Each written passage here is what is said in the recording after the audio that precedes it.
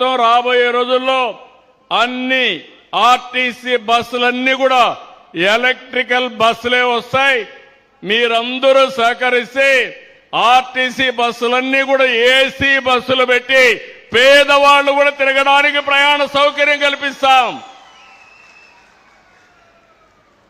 అంటే డబ్బులుండేవాళ్ళు ఏసీలో తిరగడం కాదు, మా పేదవాడు కూడా దర్జాగా బయటకు వస్తే గౌరవంగా ఉండే పరిస్థితి తీసుకురావాలన్నది నా కోరిక. కాకినాడలో అతి పెద్ద గ్రీన్ అమోనియా ఉత్పత్తి కోసం ఏఎం గ్రీన్ కో ముందుకు వస్తా ఉంది. ఇప్పటికే అగ్రిమెంట్లు కూడా చేసుకున్నారు. నా ఆలోచన ఒకటే, మీ అందరికి కూడా విజ్ఞప్తి చేస్తున్నా, రాష్ట్రంలో ప్రతి ఒక్క ఇంటిని ఒక విద్యుత్ ఉత్పత్తి కేంద్రంగా తయారు చేయాలి. మీరే కరెంటు ఉత్పత్తి చేసుకోవాలి. మీకు అవసరమైన కరెంటు మీరే వాడుకోవాలి. ఒకవేళ మీకు కరెంటు గాని అదనంగా ఉంటే గ్రిడ్కి ఇవ్వండి.